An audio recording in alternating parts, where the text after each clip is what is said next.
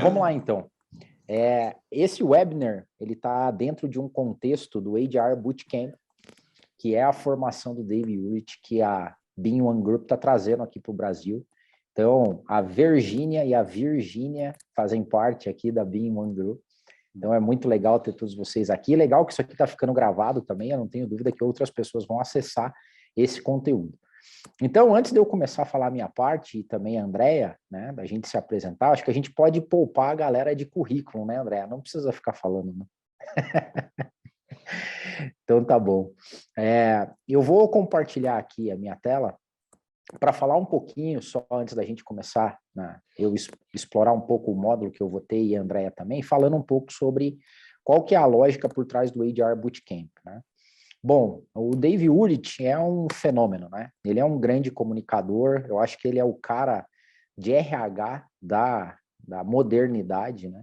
Então, assim, muito do que a gente vive hoje nas áreas de recursos humanos passa pelos estudos do Dave de mais de 30 anos no desenvolvimento da área de recursos humanos. Isso tem produzido um conteúdo rico sobre quais competências direcionam o trabalho, a função, o papel dos recursos humanos dentro das empresas e também a formação dos profissionais.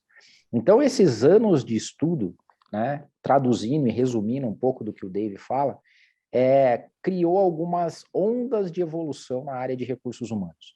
Então, o recursos humanos surge naturalmente lá como uma área de DP, de gerente de pessoal, onde a eficiência é o foco, evolui depois para uma área de especialistas com práticas inovadoras, mas com centros especialistas de excelência, até chegar, eu acho que no momento que a maior parte dos recursos humanos vive hoje, que é o RH como sócio estratégico do negócio. Então, se alguém que está aqui é business partner, ou no futuro for assistir e é um business partner, provavelmente você é business partner por interferência ou por influência do Dave Ulrich.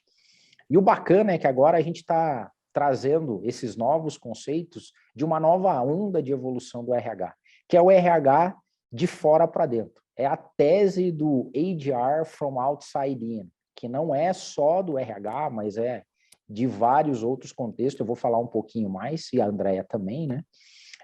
E isso aqui está vinculado na formação do HR Bootcamp do Dave.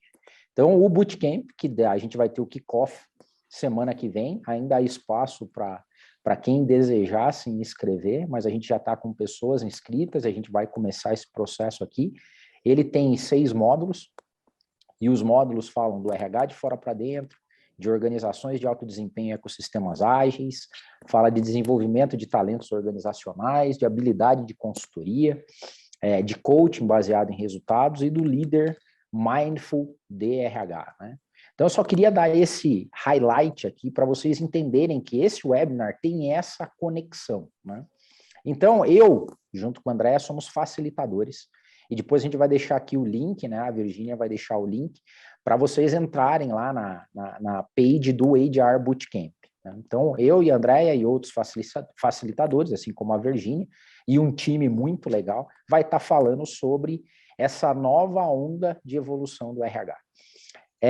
Bom, essa lógica de uma tese de que a empresa é direcionada não mais de dentro para fora, mas de fora para dentro, surgiu já há algum tempo atrás com alguns estudiosos. Por exemplo, a estratégia da organização começou a ser mudada a partir das forças de Porter. Então, Porter já falava sobre a influência que o meio exerce na definição das estratégias da tua empresa. E o Dave veio nessa mesma linha falando do RH, ou seja, o RH, durante muito tempo, ele foi o RH de dentro para dentro. Depois a gente começou a ser um RH de dentro para fora, né? E a Andrea vai falar um pouco sobre isso, mas no ponto de vista do ser humano. Mas hoje a gente está falando que a administração, a construção de uma área de RH, para que ela seja estratégica dentro de uma empresa, ela tem que levar algumas coisas em consideração. Nunca o meio interferiu tanto na organização como agora. Então, o que a gente está falando hoje? A gente está falando sobre ESG, a gente está falando de capitalismo de stakeholders, a gente está falando sobre criação de comunidades, a gente está falando sobre empresas privadas com valor de mercado ou grana maior do que estados. Então, esse é o cenário que a gente vive hoje, esse é o nosso zeitgeist. Quando a gente traz isso para dentro de RH, por exemplo, o meu módulo dentro do HR Bootcamp vai ser o módulo que vai falar sobre como a gente desenvolve talentos na organização sobre uma perspectiva outside in, e não mais inside. Porque o que acontecia, né? Então, assim, nós que somos de RH, como que normalmente a gente desenha planos de carreira? A gente normalmente olha quais são os gaps de competência que eu tenho dentro da minha empresa para fazer a minha empresa rodar. Quando eu começo a desenvolver talentos numa lógica outside in, eu começo a olhar quais são as competências que o mercado e que a evolução social vai demandar para que esses meus líderes, preparados com o que tem de melhor e as necessidades do mercado, tragam essas competências para dentro da organização, remoldem a organização e participem no desenho estratégico da organização com o que elas vêm lá fora trazendo para dentro. Então, normalmente, o RH ficou muito encapsulado dentro da organização. Então, a gente sempre trabalhou só para a empresa, dentro das 4 paredes. Então, eu sou um parceiro estratégico do negócio, eu sou um business partner das áreas. A gente está falando que essa função, beleza, ela cumpriu o seu papel, mas no futuro talvez não. Talvez eu seja um gestor de comunidade, um gestor de ecossistema. Talvez eu tenha que entender o que está acontecendo no mundo lá fora para desenhar programas de desenvolvimento dentro de casa. Isso é totalmente novo dentro de uma lógica das organizações hoje. Olha só o gap que nós temos a cumprir no Brasil. Uma boa parte das empresas no Brasil estão na primeira onda ainda do Dave Urich, e isso é década de 70, ou seja, os caras estão no DP. Outras estão trabalhando em centro de serviço compartilhado, estão na segunda. E business partner, a gente só vê em grandes empresas. Quando a gente coloca isso dentro da lógica da nossa comunidade de RH, nós temos um risco iminente até com o próprio profissional de RH. Hoje, por exemplo, o pessoal que trabalha com marketing, com user experience, com customer experience, eles já fazem muito mais estratégias outside in para desenho de estratégias organizacionais do que os recursos humanos. Nós corremos o risco, por exemplo, da gente ficar inútil dentro da organização, dada a velocidade que essas coisas estão acontecendo. Então, dentro, né, do Bootcamp, nós vamos falar sobre como desenvolver talentos organizacionais pela lógica de fora para dentro, outside in. Então, essa é mais ou menos a lógica do meu módulo, né? Estou falando aqui rápido, contextualizando para a gente bater papo depois. E fazendo a conexão com a Andrea vai fazer o módulo, ela vai facilitar o módulo do Leader Mindful RH, que é o líder que, como pessoa, tem que ser de dentro para fora, né, Andrea? Jogando a bola para você agora.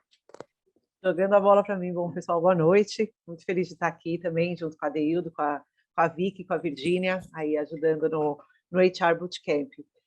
O meu módulo, né, quando a gente está falando aí dos módulos que a gente traz do Dave, a gente vai falar sobre o Leader Mindful de RH. E ao contrário, né, de tudo isso que o Dave traz de fora para dentro, um Leader Mindful de RH, ele tem que ser de dentro para fora. Então, né, olha que antagônico, né? Quer dizer, a gente está falando que tudo vem de fora para dentro, porém, para que você tenha essa capacidade de liderar hoje em dia, tem que vir de dentro para fora. Então, como que começa isso, né? Falando um pouquinho até do mindfulness, né? Todo mundo fala muito de mindfulness. Ah, não gosto de mindfulness porque eu não medito, né? Eu não vou ficar 30 minutos parado meditando. Então, eu costumo dizer que o mindfulness, na hora que a gente fala para um líder, para as pessoas, eu falo, gente, não é ficar 30 minutos meditando, né? O mindfulness, aqui o líder mindful, o que ele faz? Ele troca a ação pela reação, né? Quando a gente tem uma ação, você reage de uma forma, muitas vezes rapidamente, e quantas vezes a gente reage e fala, nossa, eu não devia ter feito desse jeito, acho que se eu não tivesse falado dessa forma, teria sido melhor. Onde entra o mindfulness, né? É esse minuto de respiração, né? Entre você receber a ação, respira fundo, né? Quando as pessoas falam respira fundo, né? Só que as pessoas falam respira, né? Então, não é assim, não adianta, se acalma, fica calmo, ninguém fica calmo desse jeito, né? Então, aprender a respirar, aprender a você se conectar para poder dar uma resposta melhor para o outro. Né? E o líder, ele é muito assim, né? Hoje em dia a gente vê os líderes, e isso entra completamente nos dias de hoje, quando a gente fala de saúde mental, quando a gente fala de inteligência emocional, né? Como que a gente vai fazer, como a gente vai lidar com isso daqui para frente? Então, quanto mais eu me conheço, quanto mais eu sei quem eu sou, quanto mais eu conheço as minhas limitações, né? E eu trago aí, vou trazer um pouquinho no dia, quanto mais eu sei os meus papéis, os diversos eus, né? Quem sou eu? Uma coisa é quem eu sou no meu dia a dia, uma coisa é quem vocês esperam que eu seja, né? Que às vezes é bom ou não. Uma coisa é o que eu sou quando eu estou no meu melhor, quem eu sou quando eu estou no meu pior, porque a gente também fica no nosso pior e como a gente lida com isso. Né? Então, quanto mais eu conheço como eu sou em cada uma das situações em que eu vivo, melhor eu consigo lidar com o outro. Eu gosto muito de trazer a analogia de quando a gente viaja no avião, né? Que fala assim, quando cai a máscara, primeiro você põe em você, depois você põe no do lado. Né? Primeiro você tem que estar bem. E hoje em dia a gente escuta palavras como empatia, né? Como resiliência. Como que eu vou praticar tudo isso se eu não me conheço? Se eu não sei como eu estou? Então, saber como eu estou, como eu reajo, eu consigo ter uma empatia. Se eu sou um líder, se eu tenho subordinados, se eu tenho pessoas trabalhando comigo, como que eu vou reagir a isso de uma forma empática, sabendo quais são as minhas limitações?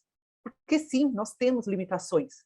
Né? Nós não somos, embora a gente ache que a gente acorda de manhã e fala, eu sou super mulher, hoje eu acordei, né, eu trabalho, eu cuido da casa, cuido dos filhos, levo o cachorro para passear, cozinho e ainda trabalho 10 horas por dia.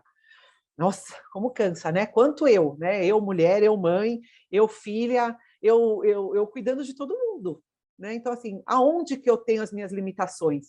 De dentro para fora. Quando eu sei, né? E a gente tem medo de falar, olha, desculpa, isso eu não posso fazer agora. Nossa, por que não? Né? Você não consegue? Não, eu consigo, eu não consigo agora. Né? Eu acho que eu não posso nesse momento. Quanto mais eu me conheço, melhor eu aceito o que vem do outro para mim. Né? Então, eu acho que a gente tem que aprender. E o líder mindful, ele traz o quê? Ele traz produtividade, ele traz excelência para dentro da equipe. Né? Pequenos detalhes da forma que a gente fala, da forma que a gente conduz. Né? Quantas vezes a gente está lá trabalhando e aí a gente fala assim, vem a pessoa e fala, já sei o que você quer, Adeildo, já sei o que você quer, não precisa nem terminar de falar, que eu já sei o que você quer. Né? Nossa, mas que coisa mais improdutiva, gente. Por quê? Né? Para a gente falar alguma coisa para alguém, a gente cria um mapa mental. Eu crio tudo aquilo que eu quero falar e eu vou lá e falo para alguém.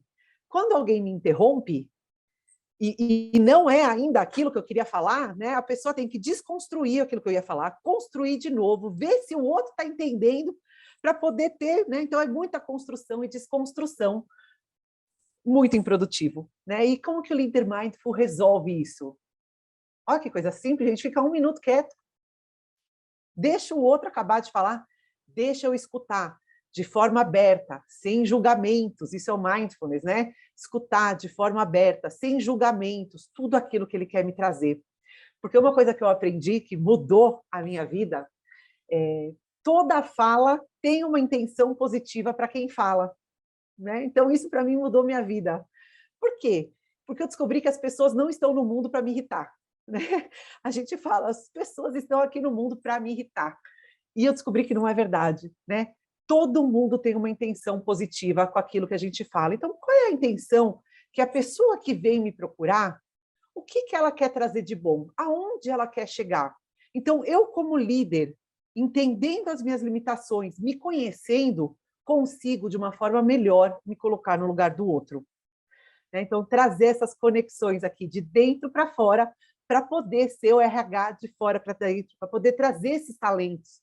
Porque as pessoas falam, não me conectei, ou entrevistei e não me conectei com essa pessoa. Mas por que será? O que quer dizer isso? Será que você recebeu de uma forma aberta? Será que você recebeu sem julgamentos a tudo aquilo que ela quer trazer? Quais são as dificuldades? Ou às vezes fala, não, eu me conectei até demais. O que quer dizer isso, me conectei até demais? Então, como que a gente traz? Qual é o limite que um líder tem entre ser líder e ter a sua equipe? Até onde, antigamente, acho que a Adeildo também está trazendo aí, Adeildo, que a gente já é jovem, mas nem tanto, as pessoas tinham vergonha de falar, eu não sei, eu não sei, eu preciso pesquisar. Quer dizer, eu não sei significa o quê? Eu tenho limitações.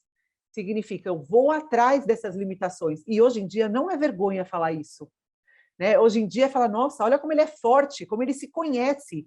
a ponto de falar que ele não sabe aquilo, né? E antigamente as pessoas eram julgadas por isso. Todo mundo era julgado, todo mundo tinha que saber tudo. E a gente via aí as coisas que aconteciam quando todo mundo achava que sabia tudo.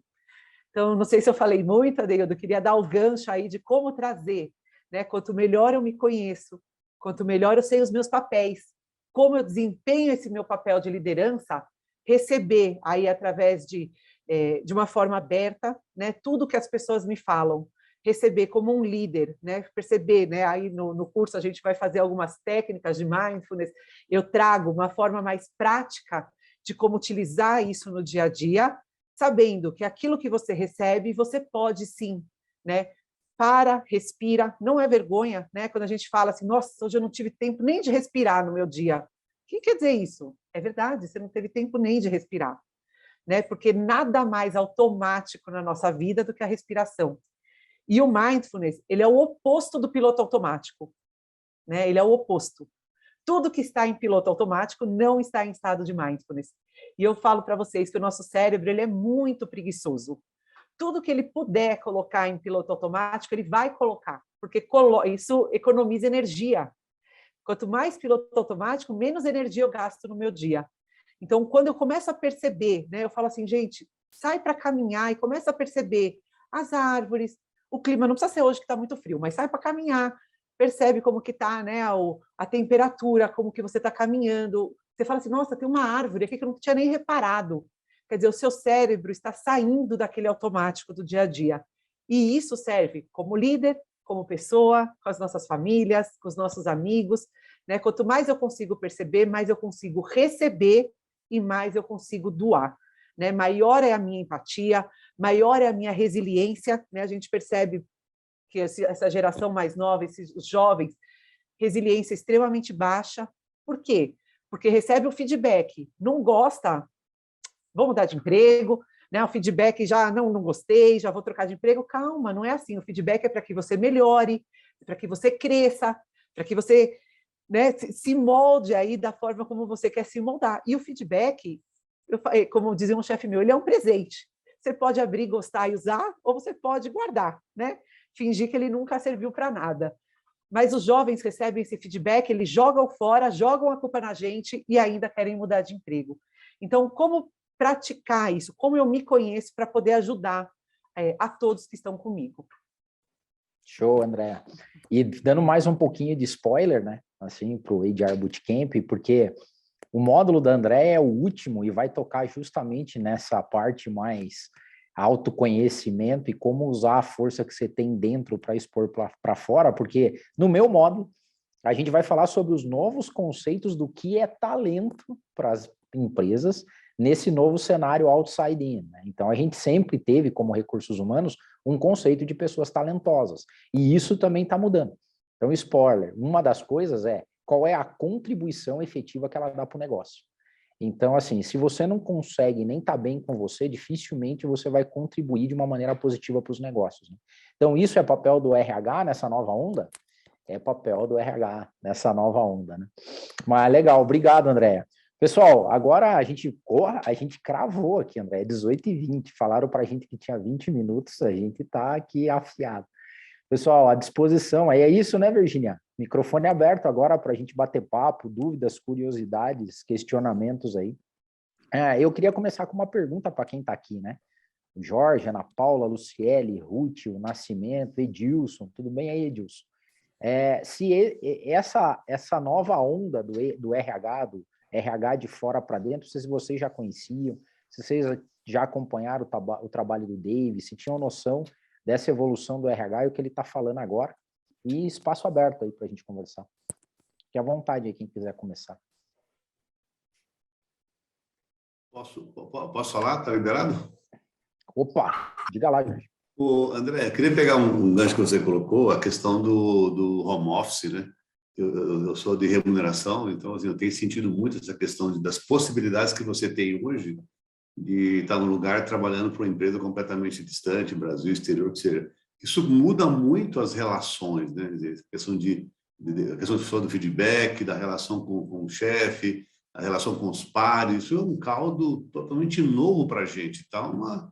Uma grande comunidade. Acho que as pessoas não caiu a ficha ainda da maioria, as pessoas não sabem como lidar com isso e que efeito isso vai trazer nessas relações do dia a dia. Eu acho que é uma coisa extremamente crítica e pode trazer coisas... Por enquanto, parece maravilhoso, né? Um casamento inicial, né? Um lua de mel ainda, mas eu acho que tem um preço a pagar lá na frente. Eu não sei exatamente o que vocês acham disso. Uhum. Posso começar falando, mas acho que isso é até uma troca para todo mundo, né? Eu acho que o home office, eu acho que quando começou a pandemia, eu costumo dizer que nós fomos catapultados para casa, né? Que era aquele sonho, a gente tinha um sonho de trabalhar de casa. As mulheres, principalmente. Né? Nossa, era um sonho, né? Eu posso acordar 1 hora mais tarde, vai estar todo mundo de casa, não precisa nem levar o filho para a escola, porque o filho também está estudando de casa. Então, assim, quando começou a pandemia, estava todo mundo feliz. Agora, com o tempo, as pessoas começaram a perceber que o home office é bom e não é. Tem seus prós e contras, a não ser que você se conheça melhor, né? Então, você começa a ter pessoas trabalhando 10, 12 horas, pessoas com síndrome do pânico, né? Eu tenho atendido pessoas com pânico, porque se eu sair do meu computador e meu chefe me chamar e eu não estou na frente do computador, vou ser mandada embora, né? Então, aqui acaba entrando aquelas crenças limitantes de coisas que, de verdade, nunca aconteceram dentro de um contexto diferente. Agora que muitas pessoas estão nesse sistema híbrido, elas começam a voltar para a empresa e ver que algumas coisas não são dessa forma, né? Mesmo assim, o medo ainda de, nossa, se alguém me chamar, eu não estou aqui. Teoricamente, você tem 1 hora de almoço, né? Você saía para almoçar. Agora você almoça, às vezes você já até deixa o computador do lado, porque se alguém chamar, eu tenho que responder de imediato. Quer dizer, você está mais imediatista do que o que você era antes, né? Isso acabou desencadeando.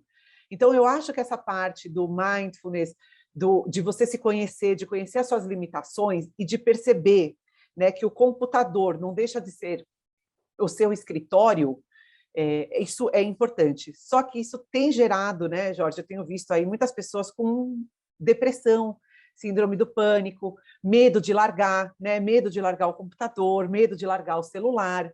E as pessoas param de ouvir no home office, né? Porque quando você faz uma pergunta para mim, eu tenho que te ouvir. E o que tem acontecido muito no home office? As pessoas, não sei se você está me vendo, as pessoas pegam o celular e elas ficam aqui embaixo, fingindo que elas estão te ouvindo, mas elas estão fazendo outra coisa ao mesmo tempo, né? Então, na verdade, elas não estão nem prestando atenção no que você está falando, nem prestando atenção no que vai acontecer, nem naquilo que elas têm que fazer. Então, a dispersão acaba ficando maior. Eu vou dar meu pitaco aqui, Jorge, só fazendo a conexão pelo meu módulo, com relação ao meu módulo, que é gestão de desenvolvimento de talentos, né? Definitivamente, o home office, ele deu acesso a capital intelectual que as empresas não tinham antes. Então, por exemplo, se você for remunerar por competência ou for remunerar por contribuição, como o Dave fala agora nessa nova onda do RH, eu antigamente estava limitado geograficamente ao capital intelectual que eu tinha na minha cidade, no meu estado, e agora não. Agora eu tenho o capital intelectual do mundo à minha disposição. E se eu criar um formato de desenvolvimento ou de gestão desse capital intelectual mesmo à distância, se abriu uma nova jornada, né? É por isso que eu digo que às vezes o RH está passando um apuro no sentido de comparação com CX e UX, por exemplo. Porque esses caras nunca tiveram limite, né? E nós, sim, a gente ficava olhando o funcionário dentro das 4 paredes da empresa. Então, essa é um novo cenário que se abre também, né? Interessante por esse lado. Tem todos esses problemas, e agora o que a gente está vendo também? Tem gente que está apostando contra o trabalho híbrido. Por exemplo, o ex-VP de RH do Google disse que nada disso vai subsistir, que vai voltar todo mundo para o escritório, por 2 fatores. E um tem a ver com a sua área, que ele disse o seguinte: as pessoas que estão em casa vão ser desprivilegiadas quando se trata de aumento de salário e promoção. E outra que os chefes querem que essa galera volte para o escritório. Bom ponto, hein, Jorge? Ele só esqueceu de combinar com os russos, né? Como é que fica tudo isso, né? Ele tem essa... Não é bem assim, né? Porque hoje, inclusive, pelo menos aqui dentro do meu métier, as pessoas que mais ganham são aquelas que trabalham em casa. Estão ganhando em dólar e euro, inclusive. Tem alguns clientes que perderam bons profissionais porque não aceitaram, forçaram uma volta e não aceitaram. Então vai embora. Ela mudou de cidade, 2 anos morando fora, no Nordeste, em qualquer outro lugar. Vou voltar para quê? Vou fazer outra coisa. Então, Bons pontos, né? A Apple tentou colocar um retorno ao escritório 3 vezes por semana e as pessoas se demitiram. Tem até um rapaz de aí, um executivo que se demitiu e foi trabalhar na Google. Você viu? Mas o cara da Google, né, o CEO, disse que eles vão investir cerca de 9 bilhões de dólares para a reforma dos escritórios, para deixar os escritórios mais atrativos, para que a galera tenha prazer de ir para o escritório. Tem bastante água para passar debaixo. Não, tem muita coisa para acontecer. Legal. Acho difícil ser mais atrativo do que já é, porque o escritório deles é fantástico. Pois é, Eu né? imagine, Ana, e vai vir mais grana ainda. Vai ter gente que vai falar assim, é melhor morar lá do que em casa. A comida é ótima, a decoração é incrível, os espaços são lindos. Caramba! Mas ele está apostando muito no lado físico, né? Mas será que não tem algumas coisas internas aí que vão motivar as pessoas? Acho que assim, essa questão do ambiente é importante, mas esse tipo de gente que ele trabalha tem uma outra cabeça, um outro pensamento, não é isso que motiva, não. Quer dizer, claro que tem gente e gente, né? Cada um tem seu perfil. Né? Mas é um caldo novo aí para a gente e vai ter muito impacto ainda O legal é que essa discussão que a gente está tendo já é uma discussão outside in, né? Ou seja, a gente está começando a olhar em quais são os comportamentos ou tendências de comportamento social e como isso afeta a estratégia de uma organização. Então, o RH nunca pensou desse jeito, né? Vou chutar aqui, tá, Jorge? Mas antigamente, né, como é que a gente fazia a pesquisa de salário? A gente tinha peer group, né, para ver qual que é o salário que eu devo pagar. Agora a gente tem que começar a fazer outro tipo de pesquisa e não é mais peer group, talvez seja qual que é a tribo que essa galera se conecta e o que é valor para eles, né? É isso, Virgínia. Pô, obrigado aí de vocês terem participado e quem for assistir esse webinar aí para o futuro, ficou aqui no bate-papo o link para o nosso HR Bootcamp e a gente tem certeza que essa vai ser a primeira de muitas turmas de formação e que a gente ainda vai ter, eu não sei como é que vai chamar, não vai ser mais HR Business Partner, vai ser alguma outra coisa, mas quem sabe a gente está marcando história aqui, né, Vir e Andréa. É isso mesmo. Obrigada a todos. Obrigada, Ilda. Obrigada.